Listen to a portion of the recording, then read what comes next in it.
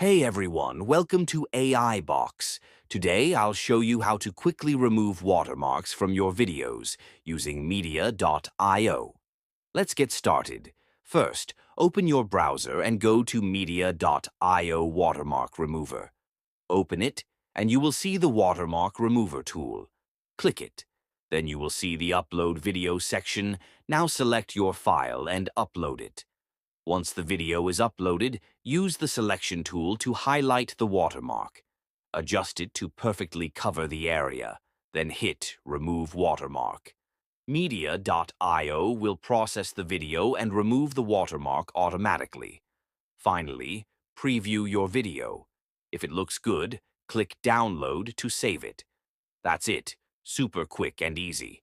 If you found this helpful, give it a thumbs up and subscribe to Aibox for more tutorials. See you in the next video.